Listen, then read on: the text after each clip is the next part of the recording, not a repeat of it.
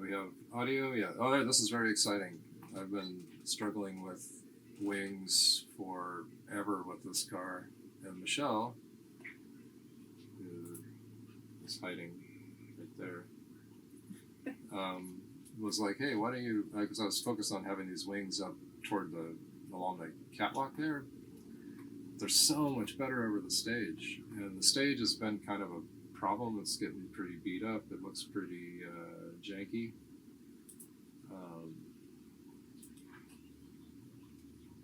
Kind of see there, like it's getting all tattered, and it just kind of it's not great for rain. I'm not sure that the new plan how I would integrate with rain, but I think I could do something that would make it a little better than this. Anyway, it's very exciting. So these would go. They would. What could they do, Michelle? They could furl up. They furl up for easy transport. They flap with human-powered rigging, so people will pull them to make them go up and down. Gentle flapping, and they can tilt, or the low flap can create a backdrop. So when a band is performing, well, two things: it would create shade if the sun is on that side. And the other thing, it can create a backdrop for the band, and this all started because I saw a sailboat with paintings and projections that Swoon is doing in Indonesia, and I was so inspired. I was like, this ship has got to have wings. It's got to have wings and projection, and this Arca Kinari is just so inspiring. And so it got me thinking on the wings. And then Quill was talking about the rain on the stage, and I was like, why don't you just put the wings on the stage? And we want shade, and we want so many things. And it makes the ship look like she has a skirt on, or bustle, or something cute and wonderful. And I love it. Show it from above. Yeah, so she's got that fun. Yeah, it's giving me goosebumps. Big skirt out in the back. She's like opening up the skirts and flying. Yay! That's gotta happen. It's gotta happen.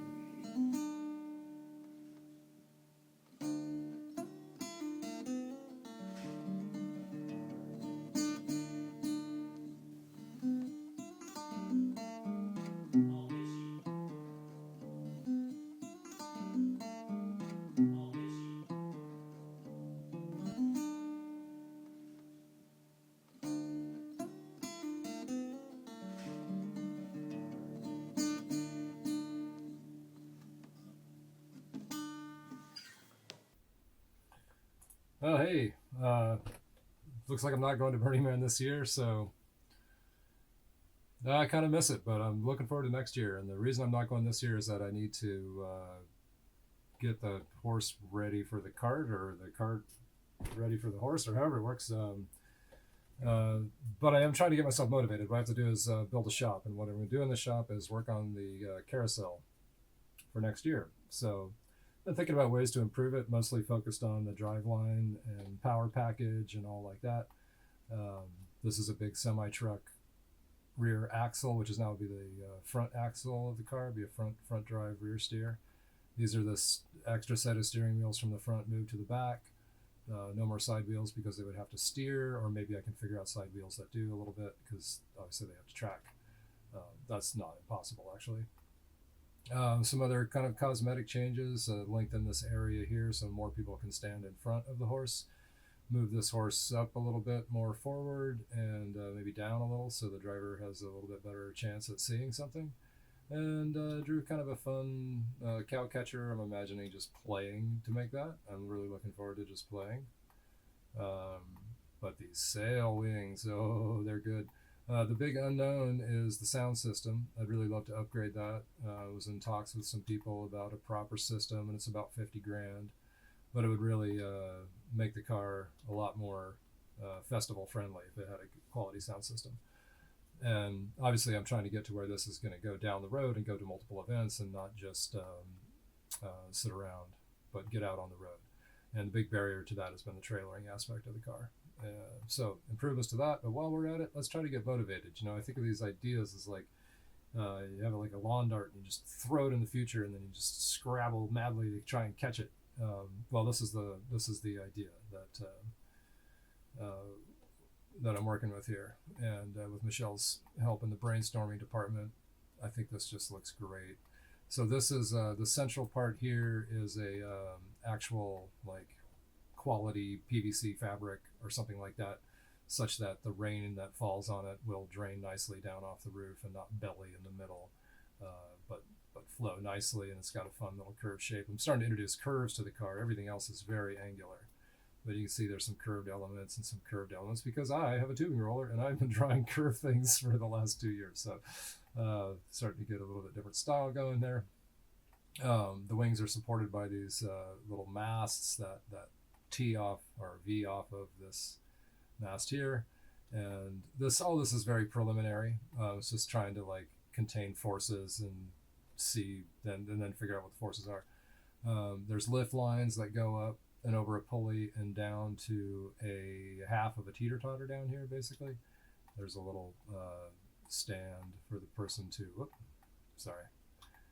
little stand for them, a handle, and it pumps up and down.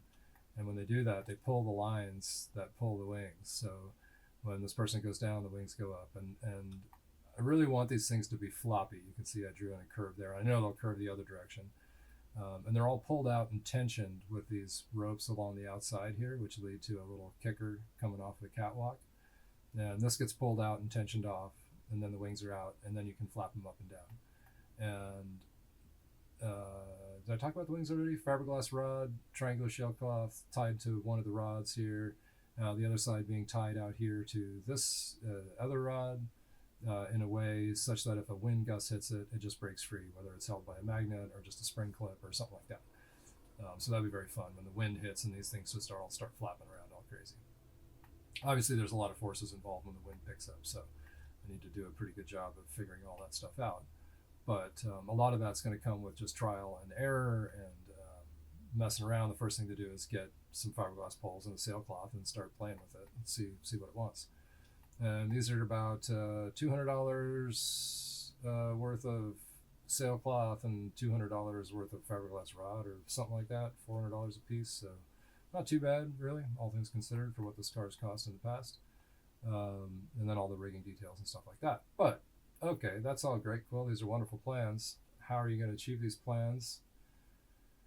Well, I've been working on trying to get this to happen for a few years now. I've got the two containers together. What we're looking at is a corner of my parents' property up in Molson, where I've got one of these containers set up now, and the other one laying there next to it. And the goal this summer was to get this first container down, and that involves pouring the footings, which I've got all set up, and we'll try to get that done here and get that container over there.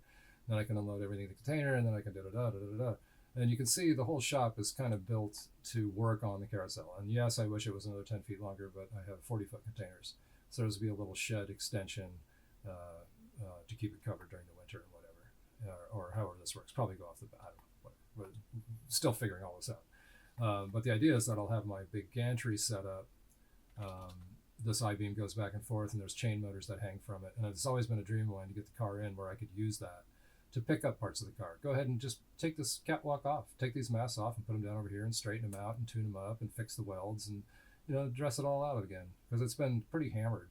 Then take the catwalk off or take the masts off, or like get down to the deck, repair all the stuff that's underneath.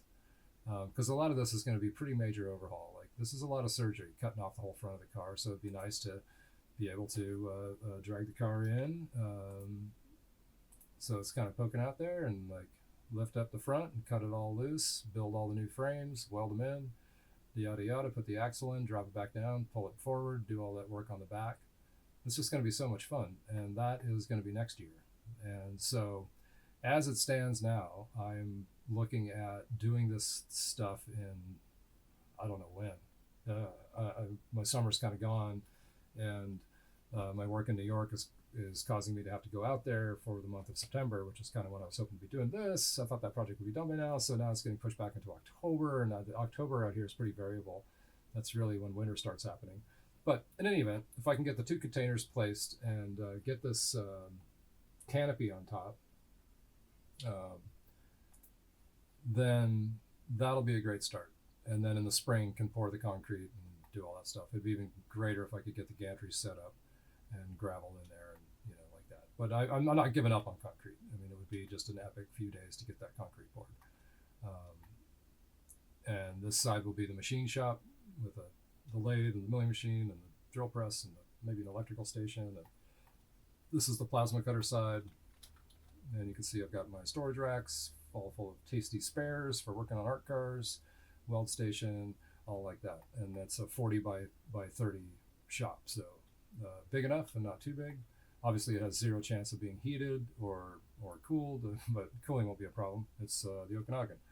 But heating it, I think I'll probably just heat this side for doing a little winter work. And this side, you have to blow so much air through to keep the air clean from the plasma cutter. There's no point in trying to heat that side over there. Anyway, that's all very exciting. I wish I was further along with the shop project, but I can only do what I can do.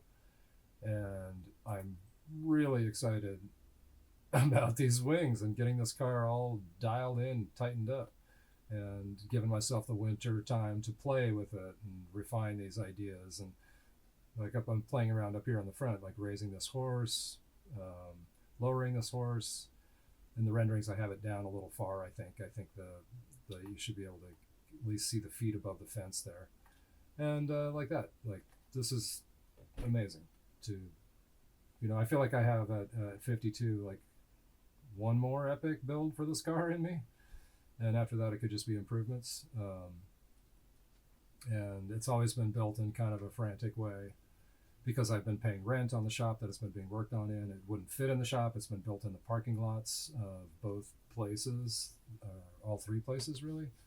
We made it all in pieces in Brooklyn and brought it out on the sidewalk and bolted it together, and similar in both shops here in Tonasket. It wouldn't fit through the door, so there's no way to really do the work inside. But to do the work inside and actually do like a really good job is really exciting. Not that we haven't done a really good job up until now. We've done a really good job. It's just been a really good job given the situation that we're working in. Like we're literally kneeling in the gravel. Like you're not going to be inspired to do it very carefully, wonderfully, blah, blah, blah, when you just need to get her done. And getting her done is actually a big part of this car. Like a lot of this car has been just get it done. And that is a nice and appealing kind of deal as well. Like this little vertical strut here, it shouldn't be vertical. It should be more like that. And then anyway, trussing. Okay, see little details like that I can study in the drawing over the winter and come and make a plan. And yeah. And then of course there's all the aspects of it that go into trailering. Because the goal is to get this out on the road. So we need it to be a pretty good trailer. This is my no-go line there, 51 inches off center line. Just looking at how to do these folding bits, maybe make these so they don't have to unbolt and bolt every single time. It's kind of time consuming and they're getting pretty bent. So maybe there's another solution for this, these side braces, stuff like that. Trying to figure out like a better housing for the generators, the speakers, all that stuff to minimize assembly and disassembly during this whole aspect. So yeah, playing with trailing, playing with that, and then also looking at and why not, because we're dreaming about stuff. Let's dream about a little RV with a flip-up hatch and room for 1, 2, 3 people to sleep, and a little kitchen and a galley, and maybe some air. Cut the roof out of this truck and put some proper air ride seats in it, and like get a comfortable ride going.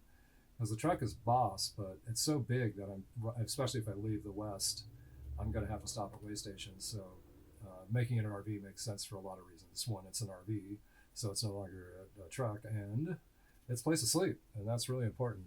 These trips are grueling. So, and I would like to arrange a tour. This needs to go to places. It needs to go to places like New Orleans and New York and Texas and California and the Oregon State Fair and powwows here and there, and just get it out and about. It's so with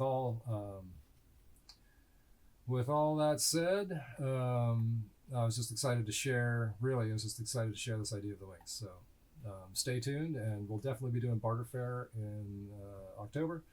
So it might be your last chance to see the car in its historical form, because it's about to get radically surgicalized and transformed again. and she'll have a nice, pretty little bustle on the back and be all fancy again. Okay, all right. Thanks as always for following along.